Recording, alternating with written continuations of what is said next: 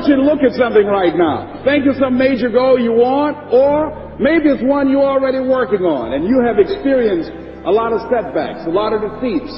You've experienced a lot of disappointment. Maybe you've already given up.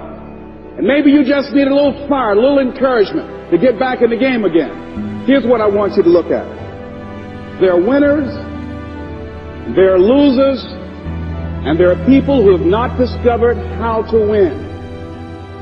And all they need is some coaching. All they need is some help and assistance, just a little support. All they need is some insight or a different strategy, a plan of action to make some adjustments that will open up the key to a whole new future for them, that will give them access to the unlimited power that they have within themselves. That's all that they need.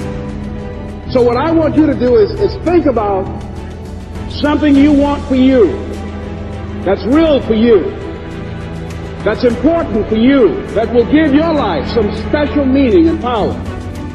And I don't even want you to say, I can do that. I don't want you to assume that.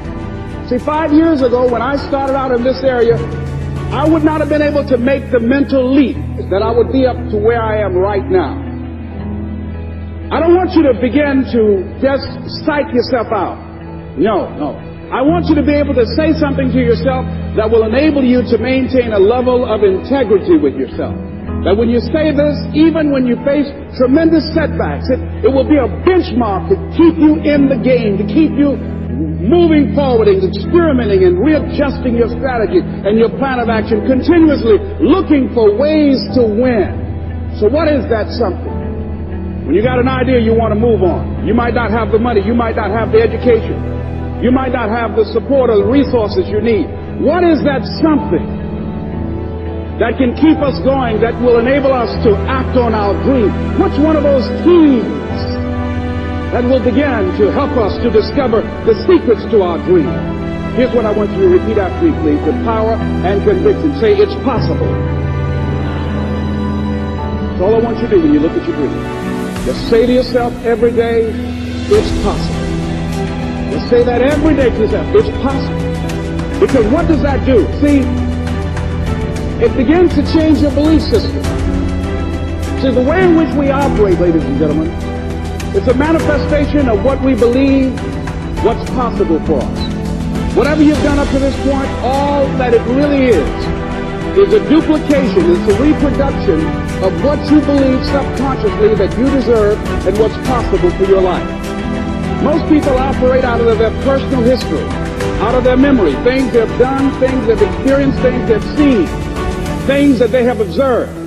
What I'm suggesting that you operate out of a larger vision of yourself. I want you to see yourself doing what you want to do, experiencing what you want to experience, having what you want to have, doing what it is that gives your life some meaning and value. Operate out of your imagination, not your memory. Because whenever you look at where you want to go, I'm wanting to warn you, you will have some conversation back here after you go through the data that you've experienced in life saying you can't do it. And so what you want to begin to do is ignore that inner conversation. Well, most people, ladies and gentlemen, when something happens to them, what they do is they begin to believe that that's the way it is. That's the way it's always been. And they can't see the possibility of it being any different. Example.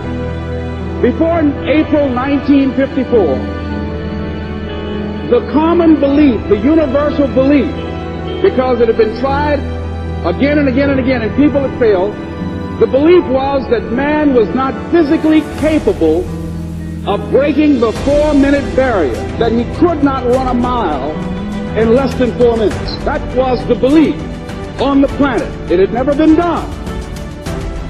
But here's what happened, ladies and gentlemen. Roger Bannister came along, and he broke the 4-minute barrier. Now here's what's significant about that.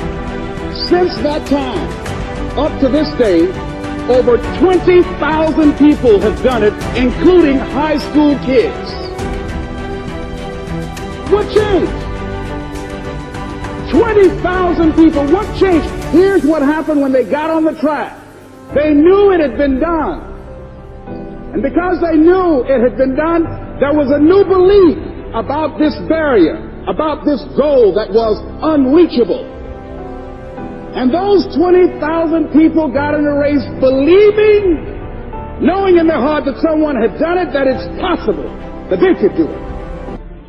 And I'm saying that if you know anybody that had some goal, some dream, something they wanted to do, and they did it, then I'm saying that you know in your heart that if someone has done it, then you can do it. It's possible. And that if someone can make their dream become a reality, that it's possible that you can make your dream become reality. And so as you begin to look at where you want to go, beginning to embrace that, it's possible. I'm blessed and highly favored. I've got a lot going for me. I've got some good stuff in me. And it's possible that I can bring my greatness out here in the universe. That I can do what I want to do. It's possible I can write my own book. I can have my own business. I can take the trip and travel around the world. It's possible. I can bounce back from adversity and reinvent my life. It's possible. Regardless of where I am, that things can get better for me. It's possible. I'm thinking about two men right here in Chicago who are fairly successful, similar background, educated. They worked for a corporation for many years, and they were among many people that were laid off. Two guys who were very good friends. One went out looking for a job for several weeks along with the other one, and they faced disappointment and rejection again and again and again. They couldn't find any work, which is the story of many people across this country. One guy stopped. He became discouraged. He stopped going. He stayed home looking at television, became very argumentative and toxic with his wife, drinking beer, getting on the phone, talking to his other negative, unemployed friends. And he just gave up. The other guy kept looking for a job everywhere he could go. Every time he could get an opportunity, kept asking people, networking, checking the newspapers every day. Kept going everywhere he could, trying to find a job. You have too much education. You're overqualified. You won't be here long enough. He kept going. He kept going. He went to a place and said, look here, I tell you what, if you can't hire me, and I know you can use my talents, abilities, and skills, I don't want to sit home and do nothing. Just let me do some volunteer work. You don't have to give me anything, all right? I just want to work. I want to be busy. The guy said, okay, it's on you now, but don't expect me to give you anything. It's okay. This guy came in and worked. He was the first one there. The last one to leave was the best employee there. About 4 weeks later, one of the top managers quit.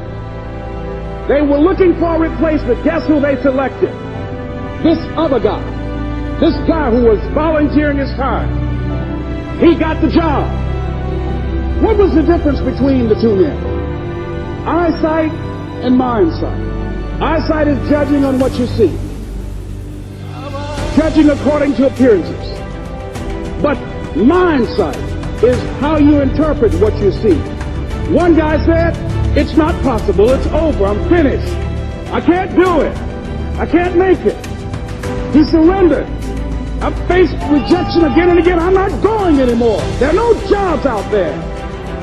But this other guy, he felt that in spite of the no's and rejections, in spite of how bad the economy is, in spite of what the newspapers are saying, that it's possible that somebody somewhere will give me a job. He just kept going, thinking it was possible. And guess what, ladies and gentlemen? That's what we have to do with our dreams.